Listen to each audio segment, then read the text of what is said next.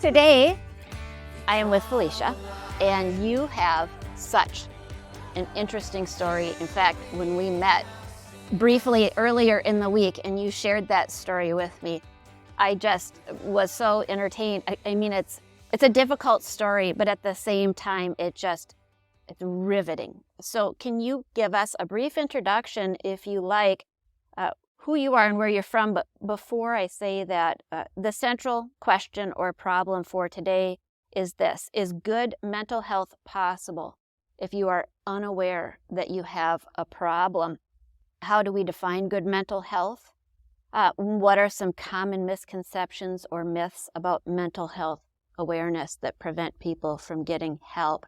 So why don't you tell us a little bit about how you got to the point where those questions were poignant for you? Yes, my name is Felicia Smith. I reside, I'm fairly new to Minnesota. I've only been here since December 13th, 2022, originally from Ohio. And I had mental health issues, but I didn't know. And I struggled with that. I came here to Minnesota after being incarcerated for nearly 5 years because my aunt told me Minnesota has really good mental health services, and it would help me with my reentry back into society, being successful and such. Sure. So tell us about growing up then. If you weren't from Minnesota, I know you'd mentioned your mom and your dad, and that was difficult. And tell us a little bit about that and how you got to the point where life got a little more serious.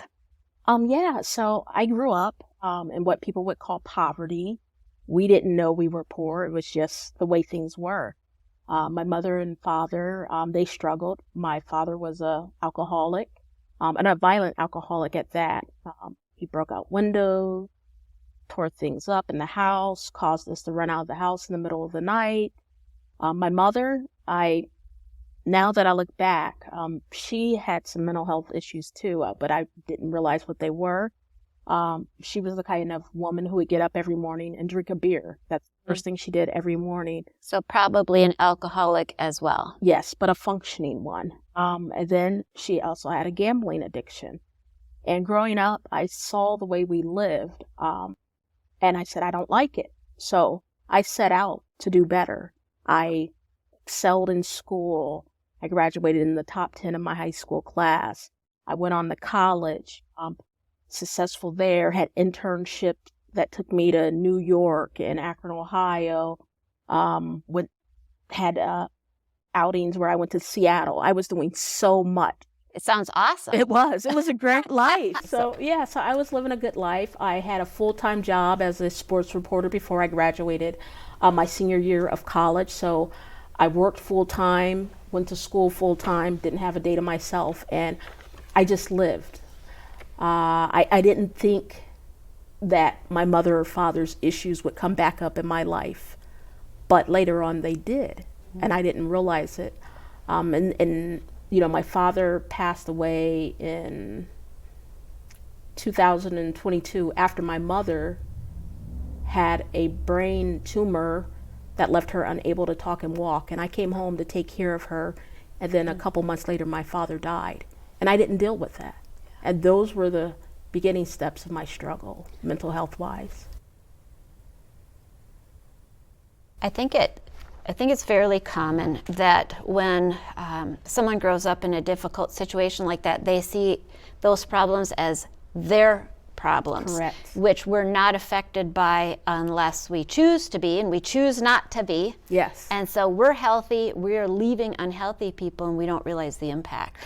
Yeah, it was trauma, and I didn't realize that it would stay with me throughout my life. Even now, I deal with that. In my household, we weren't able to talk about the difficulties or the things going on. Everything was a secret. And so I carried that into my later years. Yeah. When I was struggling, I didn't tell anybody. When I had issues, my mother ended up passing in September of 2009 on my grandmother's birthday. So there is another something Right. that I have to deal with. I have to try and celebrate my grandmother, but mourn my mother Yeah. on the same day. Yeah. And I didn't deal with it.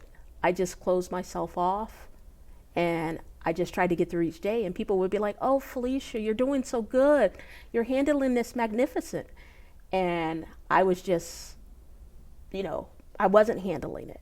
I wasn't dealing. So then tell us about your on this fabulous job and career Yes. that you discussed, and you receive information that your mom has gotten cancer and is really struggling, and so you're going to come home and help take care of her Yes. and put that career on hold, and tell us what happened after that. So when my mother was diagnosed with, it was thyroid cancer, and if you have a cancer, it's one of the ones you actually want to get because the survival rate is like 98%. And unfortunately, my mother was not one of those who survived. So I left actually a job down in Louisiana, and I went back to Ohio to take care of my mother. So I was in a good relationship down there. I thought we were headed toward marriage, but I left all that to go back to Ohio to help my mother. And again, leaving a job, leaving a relationship, more trauma, but I didn't deal with it. I just said, I got to take care of my mother. She took care of me as a kid. I got to take care of her when she needs it. So the only thing my mother would do to get out of the house was to gamble. So we did it. We would gamble. I eventually took another job in upstate New York, and she would come stay with me for 6 months out of the year. And again, the only thing she would do was gamble, and I would go do it with her. I didn't think that was going to be an issue for me because I took her to get her out of the house. I didn't think it was impacting me. Right. But when she passed away, gambling was the only thing she and I really had in common, and so I started doing it. And I started doing it more and more, and it became a focus of my life. It was so much that I had worked from 8 a.m. to 4:30. I would wake up at midnight, go gamble from midnight until 7:10, and barely get there for work.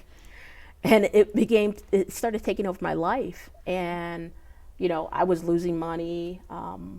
At the time I had savings, but I was going through it. And eventually I had nothing. And I saw a news story where this guy robbed a bank and he got caught. And he got caught because he had his license plate on the car, on his getaway car. So of course you're going to get caught. They know who you are. And in my head, I was at a point where I was like, I could do better than that. Yeah. How dumb could he be? I could do it. I could do better than that. And this stayed with me. I didn't realize at that moment that I had OCD, and this would stay with me for a year, on and on. It wasn't right. It's not something that a normal person thinks about.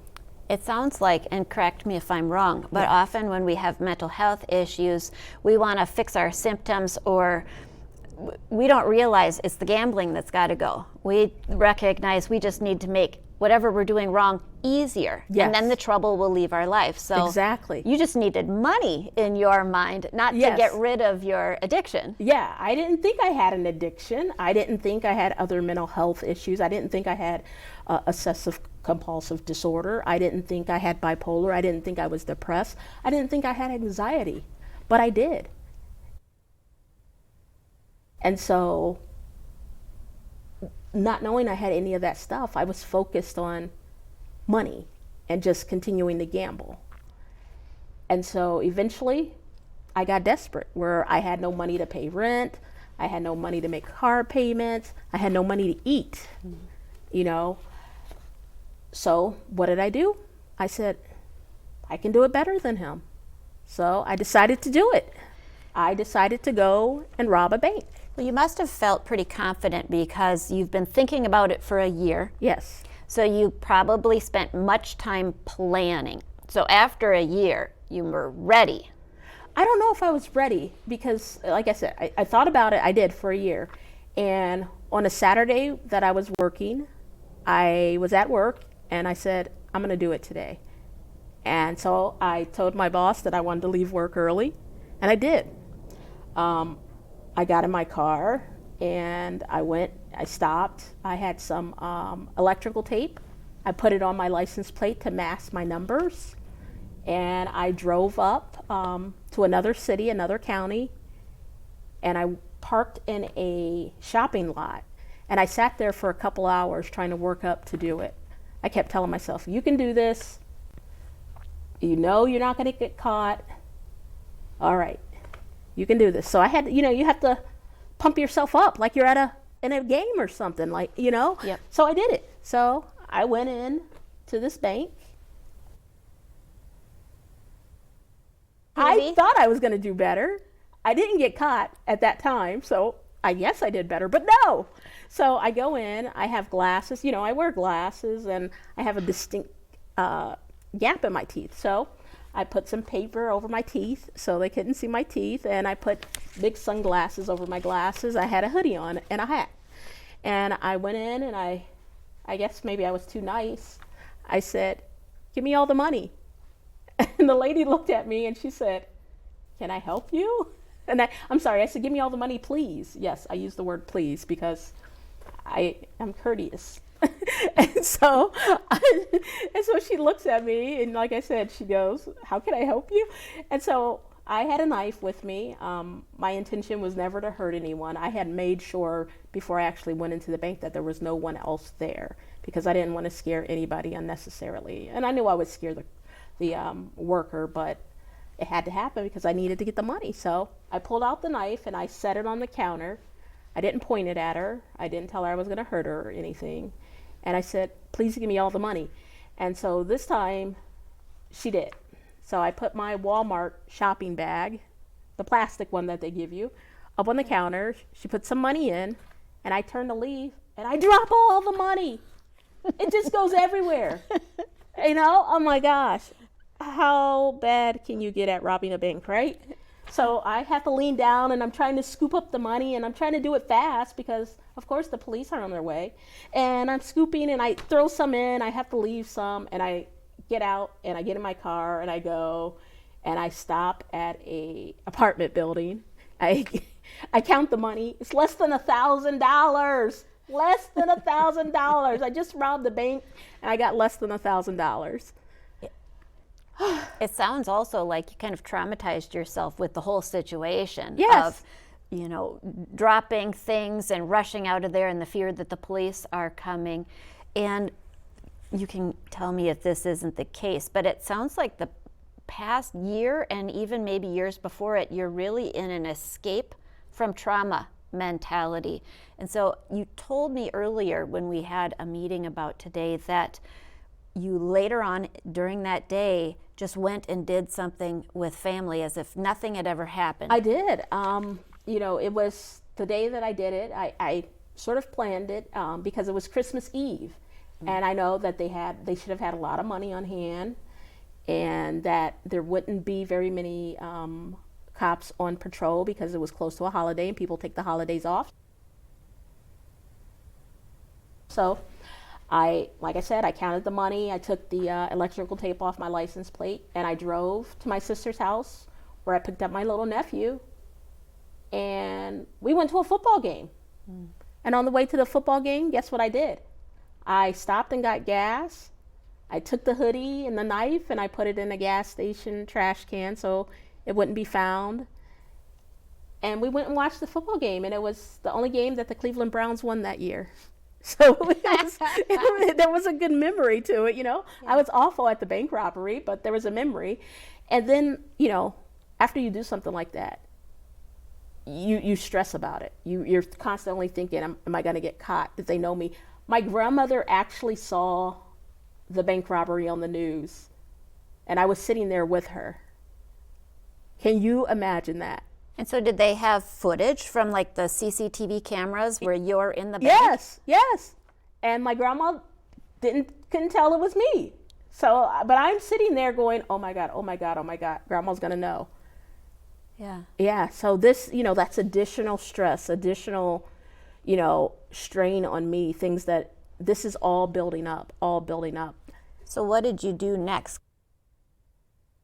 This wasn't the only bank that you robbed. This was the first of several. So yes, it was. What led you to be brave enough to keep moving forward, and what did that feel like?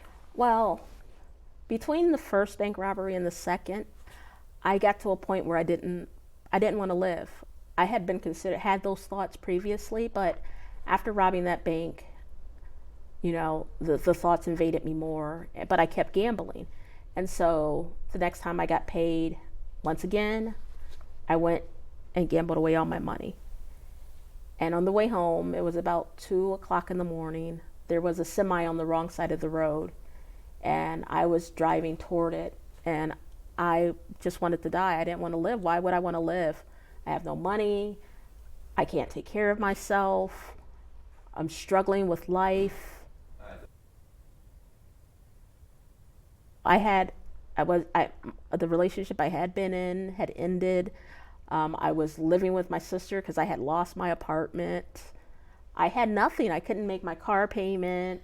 I was at the end. I was at the end of my rope, so I wanted to kill myself. So I started driving toward the semi. I switched lanes so I could be in the same lane as the semi that was on the wrong side of the road, and I was just going to kill myself. And I'm driving toward that semi, and he starts beeping, and I just swerve over. And I don't go to my sister's where I had been staying. I drive around all night. Part of me is like, maybe I could rob a Subway. Maybe I could rob this store. Maybe I could rob. There's these thoughts in my head. This isn't normal. This is not normal. Yeah. And so that morning, I ran out of gas because I was driving and I didn't have $1 to my name. And a stranger actually brought me, I ran out in the middle of a street, and a stranger across from a gas station brought me some gas. And so after that, I drove straight to the hospital, and I told them that I needed help because I wanted to kill myself. And so they sent me to a mental health facility in Willoughby, Ohio, and I was there for about 3 weeks. And there I was diagnosed with multiple things. Were you surprised by those diagnoses? I was. They diagnosed me with depression, anxiety, gambling addiction, bipolar, obsessive compulsive disorder. It just wasn't one thing that I was dealing with. It was multiple things. And I had no clue. And they actually wanted to do the CTE, where they electric shock you. They wanted to do that to me because they said I was in such bad condition mentally. And you told me then that you stayed the 3 weeks, but you didn't stay, I think, as long as you would have liked. So what happened, they actually didn't want me to leave after the 3 weeks, but I felt I was doing better. They put me on medication. I wasn't thinking about gambling or anything, and I thought I was doing okay. So they let me go home, but I was in an outpatient program, so I had to go 5 days a week. And I was doing good. I wasn't thinking about gambling or anything. And insurance said, okay, 4 weeks is enough of outpatient therapy. You're done. And it was a mindfulness therapy, and I had never done mindfulness before. And it seemed to be working for me. And so they told me I was done. I was still off work. I had, mental health, so was able to take the time off my job. And like that same weekend, I had money. I went and gambled it away. And then what did I do? I didn't have any more money, so I had to rob another bank. This time I did better. I did better this time, though. I did. I went in and I said, give me all the money, please. And the girl at the counter was scared. I had a knife, and I pointed it down into this reusable grocery bag. And the girl at the counter, she starts throwing money in, and then she stops, and I'm like, give me more. And so she puts more money in. And I leave, and I go get the car washed. Who does this? Who goes and robs a bank and then goes to a car wash? Me. So I go to the car wash. I'm counting the money while I'm in the car wash. $7,000. And then I do it 2 more times. Yeah. Did you go through the money fairly quickly then with your gambling addiction? I did. would just go and gamble it all away. Yeah, and so, thinking about the time between when you first realized there's mental health issues here until you are where you are today. Yes. Where you understand it takes more than 3 weeks inpatient and 4 weeks outpatient, and you're doing well. There's a lot of learning to be involved there through experience. I'm thinking, did people give up on you? No, and that was important because eventually, the 5th time I thought I was going to rob a bank, I got caught. And I was arrested. I was incarcerated for 90 days. My aunt, my sister, they were there for me. Those are the 2 people who were there for me the most. They had to let me go after the 90 days because the 5th time I didn't actually rob a bank. I went in and I was going to do it. Something in my head told me not to, and I walked out. But the bank teller said I was suspicious. They called the police. The police found me. I had a false plate on the car. It wasn't my vehicle. It was my nephew's. And I had a note in my purse saying that this is a bank robbery. Give me up. Well, it actually said, be cool. This is a bank robbery. And then they had some other stuff telling them that it wasn't their money and that I was not going to hurt anybody. So you were in the bank for about 10 seconds. You Yes. don't have a good feeling. So you leave, you Yes. drive away, but they had thought you were suspicious. Yeah, and so and I probably would have thought I was suspicious too. And so, yes, so they called the police. I was arrested.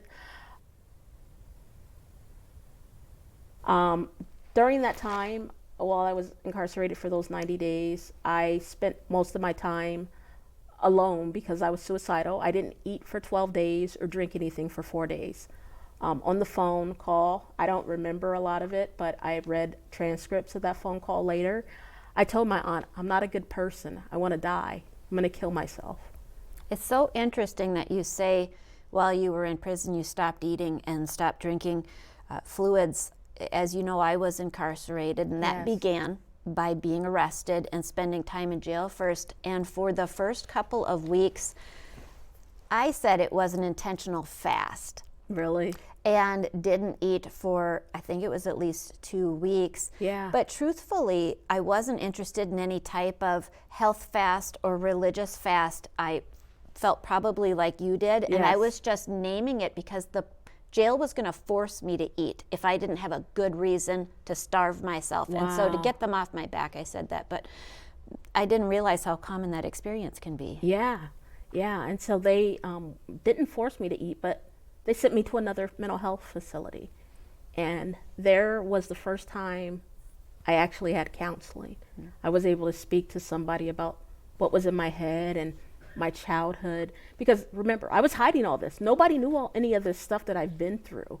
Nobody knew what was going through my head. Yeah. And that was the really first time that I felt that I was talking to someone I could open up to and share my experience and sort of understand my mental health.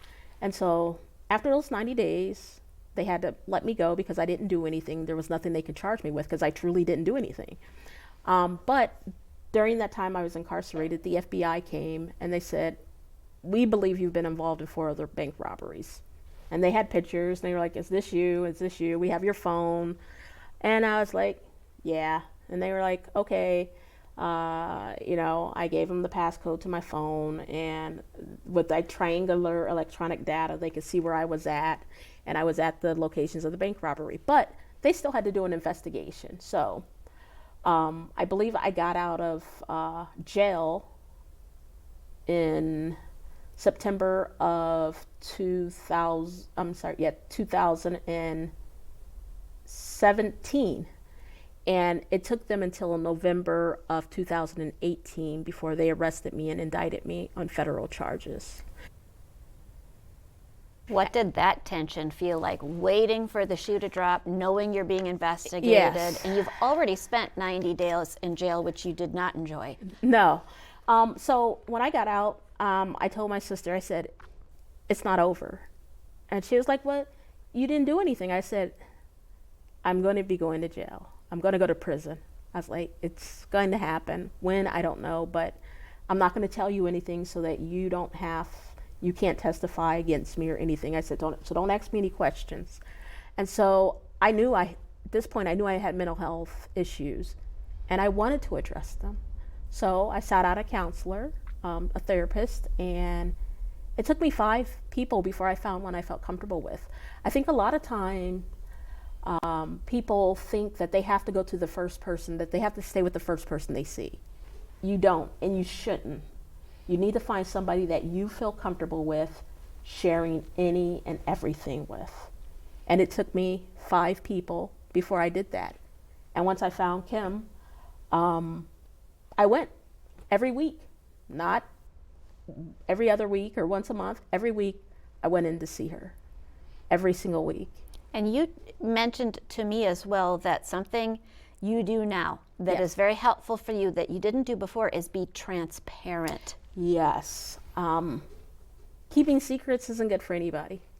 I didn't know that. I thought that was normal. I thought everybody had all this stuff and they didn't share. But now I talk about everything. You know, I don't hide that I've been incarcerated. I tell people when I meet people, if I'm at an organization and they're like, oh, well, why did you come to Minnesota? I let them know about my background, that I was incarcerated. Once I was indicted and incarcerated, I spent a couple years in county jail because of COVID. I was in a cell by myself for 20 out of 24 hours a day, which isn't healthy either. And when you're in a county facility, you don't get counseling. They will give you medication, and I was medicated up really, really well. And I slept those first 2 years away. I don't know too much that happened. My aunt, she sent me books, and I read those books, but that's a lot of time to lose. Mm-hmm. And I lost that time because of my own actions and not getting the help I needed before it got so bad. So then you received counseling after COVID was over and you were in a regular prison? Not really. That's, excuse me, people think that people who are in prison are getting all this rehabilitation. So incorrect. I was in 6 different facilities, and at the last facility I was at in Waseca, Minnesota, I started being part of a CTP program. It's a behavioral health program. And I think I went to it maybe 3 or 4 times, and it was a group setting. And I still struggled with being in a group setting and sharing everything. I still struggled with that because these are people that you're going to see every day, and this is in prison. And if you share something, guess what? They're going to talk about it to other people. And I was still struggling with that. And so it's when I was released, part of my probation was that I have to continue on my medication and I have to have counseling. And so today I still receive counseling, but I'm open. I talk with my friends, my family about how I feel and what I'm going through. When I'm not in a good situation, I don't hide it anymore. I am curious, you're talking about the initial time you went to the hospital and you were released and it wasn't a long enough treatment, so you went back to bank robbery, and now you've had more experiences with counseling. What was the difference this time, do you think, for you that kept you from relapsing? The difference this time is that, 1, I am on medication. 2, I realize that I'm not perfect, and not being perfect and asking for help is important and essential. 3, I have support because I am being open and honest about what I'm going through. I have people who will support me. If I'm struggling, I have people I can talk to about it. And, a change of scenery, because the triggers were in Ohio for me. Do they disappear? No. Everything, all the trauma, everything I went through is still with me. But while I was incarcerated my last 2 years, I sort of woke up and realized that, hey, while I was in there, that people needed help. And so I started filing grievances, helping people write to their judges to get out of have their First Step Act credits added up. And I realized, oh my gosh, I have a purpose. I did not have a purpose in life when I look back during that time where I was robbing banks and things. I had no purpose. So and today I have a purpose. You were fairly aimless then. Yes. You had a career. I had a career. And you had family, and many of people think this is important components of life, but if you don't understand your meaning and your purpose, and it sounds like that understanding, which came with helping people through that purpose and receiving that feedback, is a big change. Yeah, it's huge. You know, when my mother was alive and I was helping her, that was my purpose, to help my mother, to care for my mother, to get her through her final years. When she passed away, I had no purpose. I didn't have children. I was in a relationship. It wasn't a great relationship. I was working for the state of Ohio. My job, I was actually a driver's license examiner at that point. But my job was, I didn't think at my job. I just got in the car, told people to go left, right, straight. You passed your test, here's your license. So I didn't have nothing. I wasn't using my mind. I wasn't helping anyone. I was aimless, and I didn't realize that. And, you know, did I ever want to be incarcerated? Absolutely not. But being there helped me get here to a better place. So that leads me to my next question. Looking back at all of this, what do you think it has done in affecting you and the person you are today? What's your attitude looking back towards what you went through? You said you wouldn't change it because it has benefited you in the long run. Yes. The trials and tribulations make us stronger. They do. However, I'm curious, how would you describe how you've changed and how it's affected you overall? Well, my sister is like, she tells me, she's like, you've changed. Before, I was judgmental. I was a very judgmental person. Oh, they went to jail? I don't want to have anything to do with them. They're a bad person. Well, I learned while I was incarcerated that everybody makes mistakes. That I can't, who am I to judge other people? You know, I believe in the Bible it says not to judge. And I was very judgmental. And today I'm not. I just take people for what they show me. I don't think about their past. I don't think about their future. I look at the here and now. When I got out of prison, I came back, and unfortunately my aunt had stage 4 cancer, but I helped her, and I had to get a job because that was part of my probation. So I applied for one job, and it was with a nonprofit, helping people, because that's what I need to do. I need to help people.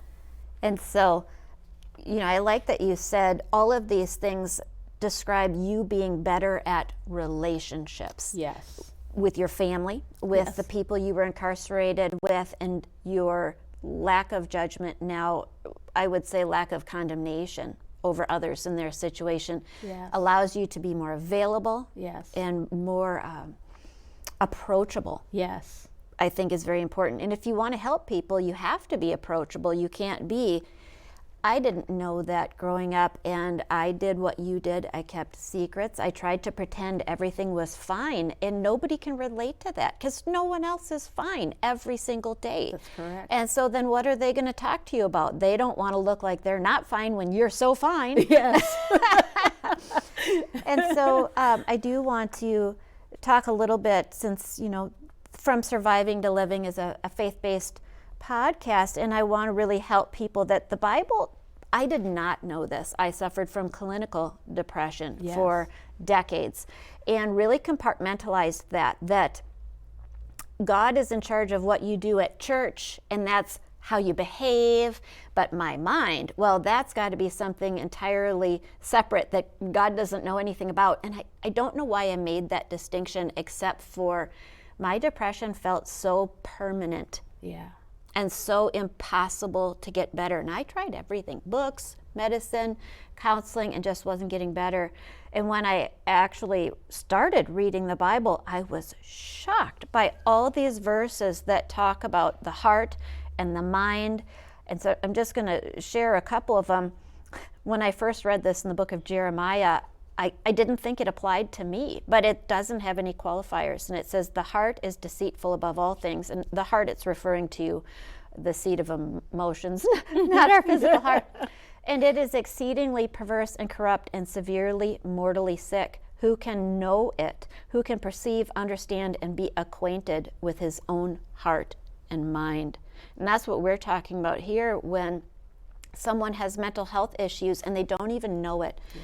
After we talked, I thought about, we can have a physical illness and not know it at first. You can go months or even years with a cancer and put off the symptoms to something else and not the true cause in the illness. I believe the same is true with mental health. Yes. You can suffer for years and you put the symptoms off to something else and have no idea something's wrong. And this talks about this right here. And there are so many verses about how God heals and transforms.